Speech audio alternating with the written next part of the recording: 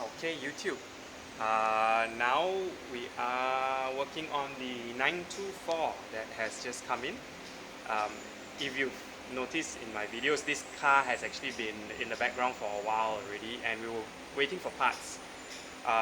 It's taken quite a long time, maybe a month or so, for parts to arrive. This car has been parked in and out this workshop, waiting for parts to arrive before we started working on it. So it's day one of working on the car, and we've got a lot of progress, but we've also come to a few speed bumps along the way which were not expected and not budgeted in the project. Hopefully the customer is okay with everything, and I think he will be, because it's on en route to becoming a very, very nice driving car. Foundation, basically, it's all there.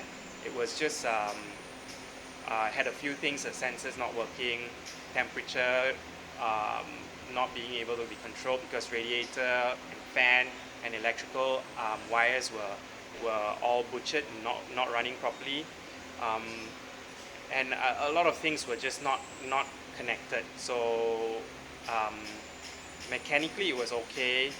Lower arm bushers and tie rod ends and all that were all knackered, so all those are easy fixes. But anyways, let's dive straight into the car, and I'll show you what has been accomplished and what is identified so far with what's wrong with the car, and how we're gonna tackle and fix it. Alright. First of all, we're gonna have to lower the engine from the engine bay because of all the oil leaks that you see that's visible here. A lot of leaks. We might have to replace this alternator, although it's working perfectly, but I'll tell you why shortly. Nice spark plug cables. You've got more leaks on the flywheel oil seal, on the back side of the engine, and if you notice, this is the torque tube. If you notice, the gearbox has been removed. It's been dropped down for certain reasons, and here's why. I will tell you. We had to remove the fuel tank. Fuel tank is out because fuel tank sender was not working. We didn't know how much fuel was in the fuel tank all the time. Fuel level was not being showed. Drop the fuel tank. Had to drop the gearbox. Gearbox is right here, but works perfectly fine. Nice gearbox. And as suspected, it's rusty in here. Fuel tank is rusty. I hope I can get you guys some decent shots, but anyways, you get the idea. Check out the two round coins that are in the fuel tank that's not supposed to be in there. Guess what it is?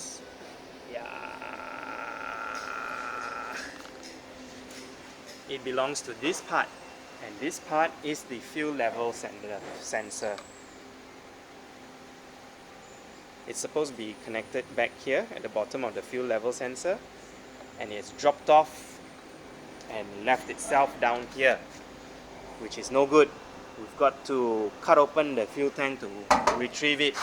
This is a huge ass fuel tank. You can definitely fit a person in there. I think it's 90 liters. Okay, so moving on, we will have to also replace this radiator, as it's been smashed at the bottom and it's all rusted away.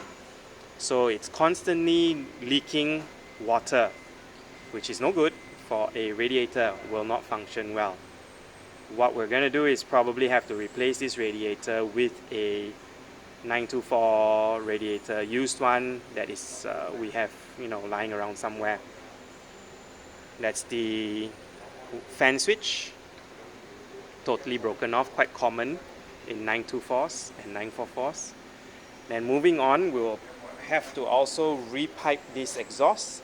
This exhaust funnily fell apart and was dangling on the back of the car while I was driving it to the workshop after collecting the car. The day I collected the car, this gearbox totally gave way, and the whole gearbox, the whole exhaust system was just dangling on the road. Okay, that's the mid pipe, that's the downpipe. And now going to the clutch. Although the clutch looks beefy and meaty, plenty of life left, we see here that one rivet is already scraping. The flywheel, that's crap. That's another crapper. We gotta replace this friggin' clutch just because it has reached the bloody rivet. What a waste. Good, nice, good clutch, which is slightly burnt, but still not a hot potato yet. Still can be used, but what to do? We gotta replace it because it's already reached one of the rivets. We wanna make sure we save the flywheel. While we're there, the throwout bearing is also rough as hell. Well, we'll have to replace this too. Well, on the bright side, if you look at this, we've had enough time to fully rebuild the steering rack.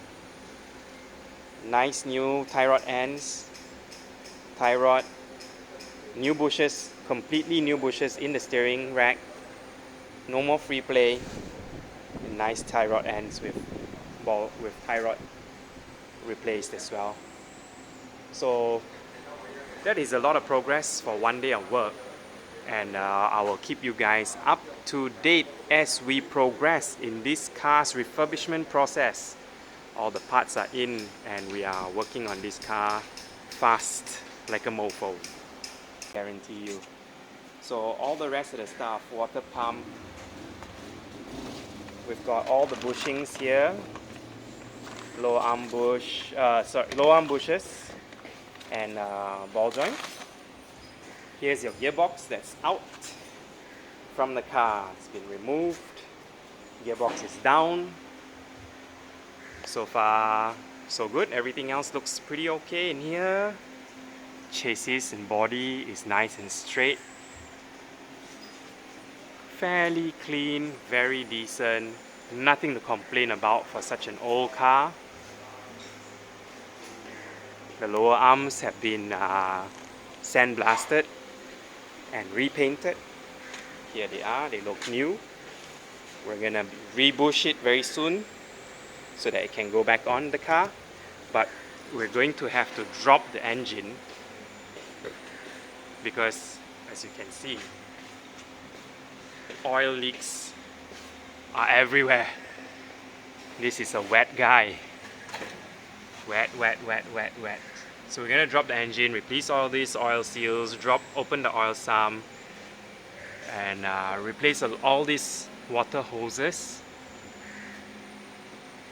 Engine mounts look crusty, but they are still solid and nice, so we'll reuse that. Luckily, the spark plug cables are nice and new, they're fresh. Oh yeah, radiator. Missed that. This radiator is all rusty and squashed at the bottom.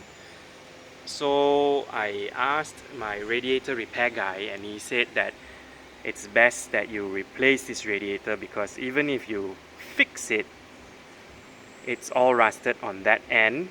He will have to weld all the rust spots, and he cannot guarantee that it will not leak again. So we'll have to find an alternative radiator to fit in here. Maybe a 924 turbo radiator, which I have somewhere lying around, I'm quite sure, amongst this plethora of parts we have here. Okay, so we still have the 968 on the hoist waiting for parts to come, and the 924 and a 944 Turbo S ready to come in. Crazy. Anyway, yes, this is the update for now. Okay, interwebs, if you look and see above me, it's the 924 and engine is out at the moment. We have got a lot of things to catch up on, and here it is, just not wasting any more time. What we're going to do is we're going to put on the 924 turbo radiator because the radiator here is just busted. including the two fans that the radiator comes with, standard 924 items. We've also opened up the engine. Engine is out being washed at the moment at the back. We'll have a look at that soon. Huge catastrophe. The previous people who worked on this car's engine did not shim the cams properly. The gaps were, the tolerance were not correct, and all four lobes of the cams lobes are actually extremely worn, and this includes the shim buckets. They were all worn out, and it wasn't advisable to regrind them and reinstall them again. So what we're gonna do is actually get a standard 924 turbo cam and standard 924 bucket cam buckets, shims, to replace the broken items in the 924. I know that the 924 turbo cam is slightly different from the 924 NA, being where the exhaust degree is slightly more aggressive on the 924 turbo, which is a good thing. Should liven up the car a little bit, but aside from that, you will not feel any difference. Okay, this is the 924 cams, which I said that the lobes are all very badly worn. There's in excess of 3 millimeters of wear in 3 of the lobes. Look at that. Have you seen that before? This one's nice. Let's find you another wrecked one. Look at this. Look at this one. Very bad.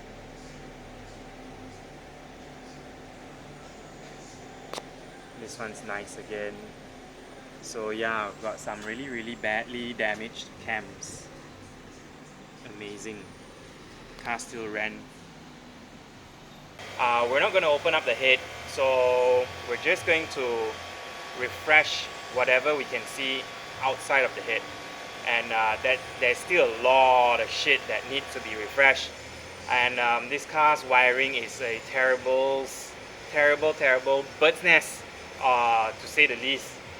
And a lot of things were bypassed and cut off very abruptly. So a lot of shit is just not there, not working anymore.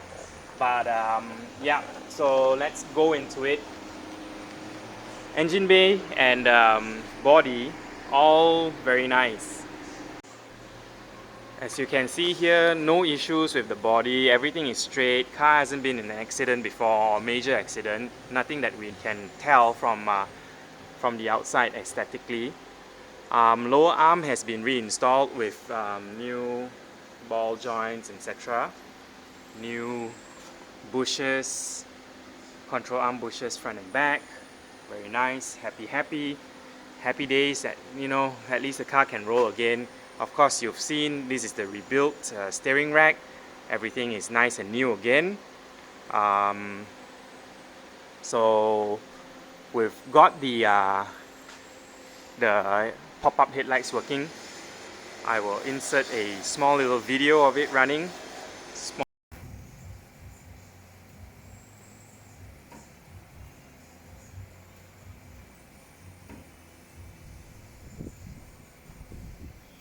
pop-up headlights working already. This is the 924 turbo fans that we're going to be installing. One is a replaced motor, one is the original motor, and this is the brand new alternator 150 amps that we are going to replace the original with. Yeah, as you can see here, 14 volts, 150 amps, because we're going to be running a lot of accessories like these two extra fans. So alternator needed to be upgraded. That's the head over there of the 924 turbo. Those are the pistons and the 924 turbo. That's the turbo of the 924 turbo, and that's the block of the 924 turbo. I've not done any updates on the 924 turbo because I just got lazy, got tired. That's the exhaust manifold. We're actually doing a very Very interesting build on the 924 turbo, which later on probably I will catch up to it, but for now we'll put it aside because the focus is this silver 924. At the back, everything looks the same. Yeah, gas tank has already been cleaned up and should be around here somewhere. Gas tank's all good already. Oh, gas tank has been reinstalled. Silly me, I didn't even notice. Gas tank has been reinstalled, and there was actually this is actually the lifter pump, and there was a feeder pump that is okay, can't see it. It's supposed to be here.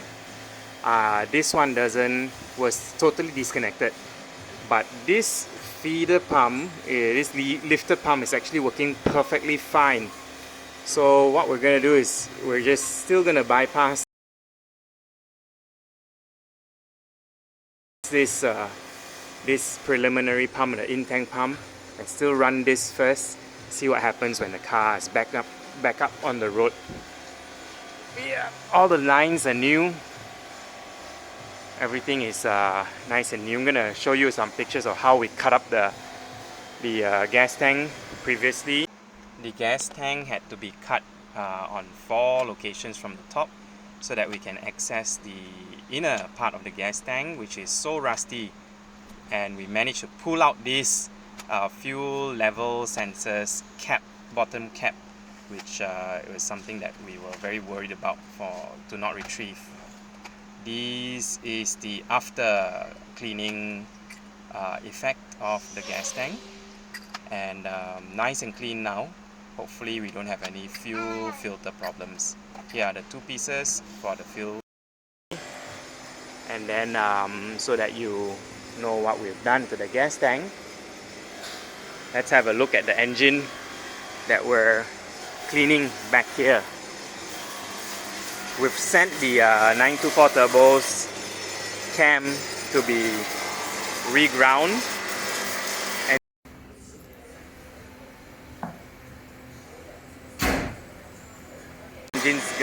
this engine's being sprayed and cleaned up so that we can have a presentable engine bay when this thing goes back in.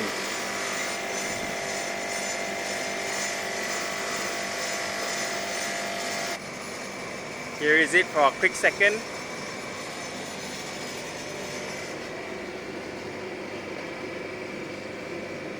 All nice.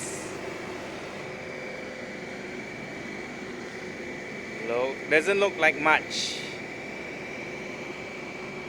but it's beautiful.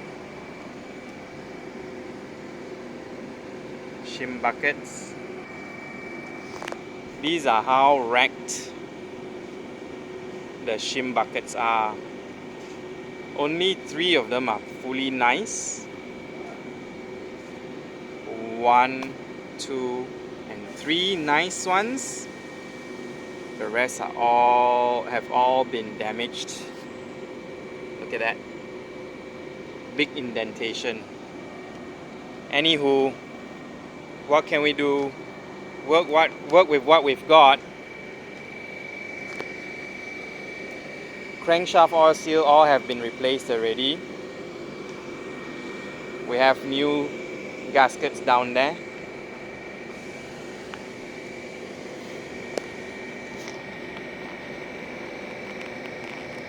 What a beautiful sight. Nice clean wet engine. Wet engine. Whoa.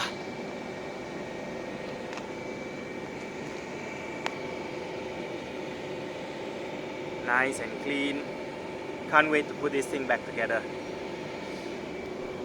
Alright, let's let him continue to shoot this thing, blast this thing with water. After cleaning up, this is how good the engine looks. Nice and clean. Of course, it's been sprayed.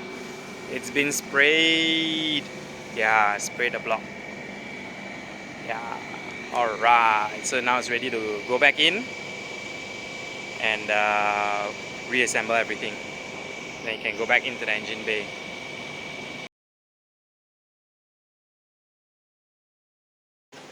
Here's the used but still in very good condition and refurbished 924 turbo radiator. I've already collected it, picked it up. This is what's going in, replacing the old crusty radiator for this car. So this one will go in, put in a new fan switch, which we have,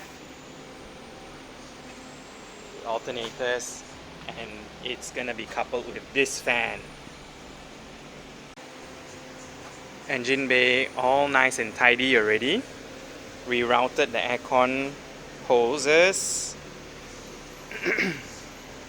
All the wiring has been tidied up. Bird's nest there gone. Pop-up light mirror motor works perfectly fine. Added some new grounding and fusible link on this side to take in the new alternator, 150 amp alternator. 150 amp fuse right here.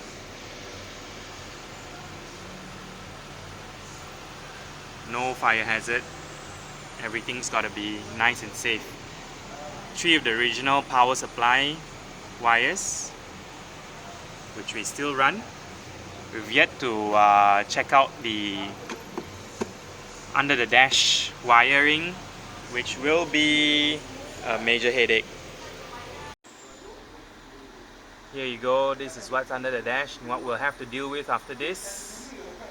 Very soon we'll have to dive into that. There's a lot of cables and power supply wires that have been cut.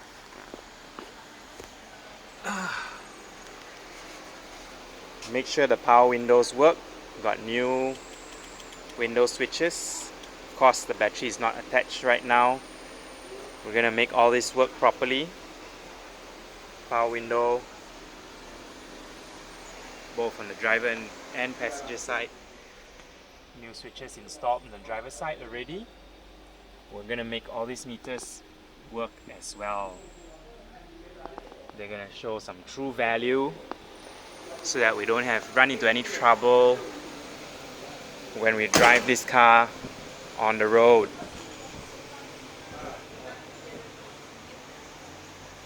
Fuel lines.